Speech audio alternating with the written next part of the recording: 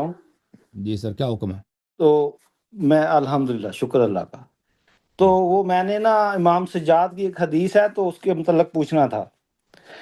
وہ انہوں نے حضرت امام حسین سے سنی تھی کہ خانہ کعبہ کے قریب جو دو پلروں کے درمیان 3 افراد اکٹھے ہوئے تھے، تو وہ آپ پلیز بتا دیں گے اور اس کا حوالہ بتا دیں گے؟ بتا دیا نا، کئی دفعہ بتا دیا بھائی، وہ دکھا دیا کرتا ہوں۔ الفروع من الکافی، جی جی، جلد نمبر کون سا ہے؟ جلد نمبر 4۔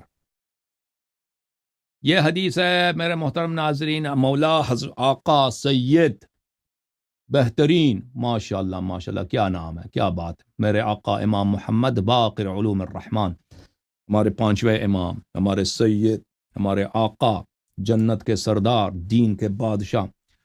كنت دخلت مع ابي الكعبة فصلى على الرخامة الحمراء بين العمودين، میں اپنے والد گرامی حضرت امام زین العابدین علیہ السلام کے ساتھ گیا تھا کعبہ میں، اور انہوں نے کعبہ کے داخل وہاں پہ ایک پتھر ہے، لال رنگ کی پتھر ہے کعبہ میں، وہاں پہ انہوں نے نماز پڑھی تھی، ٹھیک ہے نا۔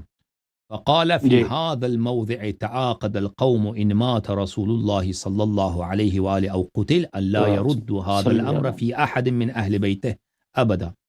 یہ وہ مقام ہے کعبے کے اندر، یہاں پر غدیر خم سے کچھ دن پہلے، غدیر خم سے کچھ دن پہلے نبی صلی اللہ علیہ وآلہ وسلم سے ان لوگوں کو اندازہ ہو گیا تھا، جاسوسوں کے، عائشہ نے چولی لگائی تھی کہ نبی صلی اللہ علیہ وآلہ وسلم غدیر خم میں جا کر امیر المؤمنین علیہ السلام کی امامت کا ایک دفعہ پھر عہد بیان کریں گے اور سب سے بیعت لیں گے۔ تو یہ لوگ پہلے ہی سے انہوں نے وہاں پہ میٹنگ کیا تھا کعبہ کے اندر کہ اگر رسول صلی اللہ علیہ وسلم کی وفات جب ہو جائے تو ہم امامت خلافت کو کبھی اہل بیت میں نہیں جانے دیں گے، کبھی اب قیامت تک نہیں جانے دیں گے۔ قلت ومن کان، میں نے پوچھا اپنے والد سے، حضرت زین العابدین علیہ السلام سے پوچھا وہ کون تھے؟ قال كان الاول والثاني، نمبر 1 نمبر 2 ابو عبیدہ بن الجراح و سالم ابن حبیبہ، یہ لوگ تھے، ٹھیک ہے نا۔ پھر اس کے علاوہ روضہ کافی میں بھی ہے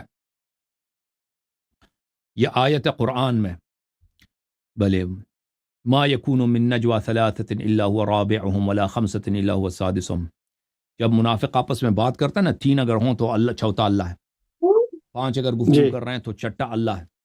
تو اس آیت کے ذیل میں کتاب روضہ کافی جلد نمبر 8 میں، یہ صفحہ نمبر 179 میں حدیث نمبر 202 ہے، مولا حضرت امام جعفر صادق علیہ السلام سے روایت ہے کہ نزلت هذه الآية في فلان و فلان، فلانی اور فلانی، نمبر 1 نمبر 2، کہ یہ 3 اگر ہوں تو چوتھا اللہ ہے، 5 اگر ہوں تو چھٹا اللہ ہے، زیادہ کم ہو اللہ ہر جگہ ہے۔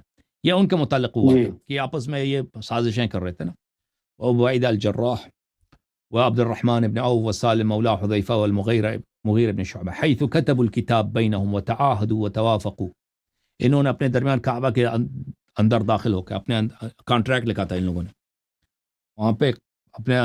وہاں پہ معاہدہ لکھا تھا، آپ سب نے دستخط کیا تھا، لئن مضى محمد صلی اللہ علیہ وآلہ، کہ اگر محمد کی وفات ہو جائے، لا تكون الخلافة في بني ہاشم ولا النبوة ابدا، ہم خلافت و نبوت کو بنی ہاشم میں نہیں دیکھ سکتے، نہیں چھوڑیں گے۔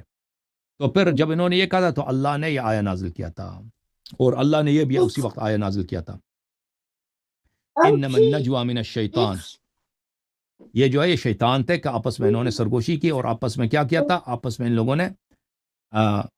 لوگوں نے سازش بنایا تھا۔ ابرموا امرا، سورہ زخرف میں آیہ نمبر 80 ہے، امرا فانا مبرمون، انہوں نے بیٹھ کے آپس میں ایک سازش بنایا ہے کہ ہم نے ایک پکا سازش بنایا، لیکن ہم بھی اپنا جو ہے اپنا کام پکا کرتے ہیں۔ اللہ فرماتا ہے ام یحسبون انا لا نسمع سرهم ولا نجواهم، یہ منافق کعبے کے اندر جا کر سازش بناتے ہیں، کیا سمجھتے ہیں کہ ہم نہیں جانتے؟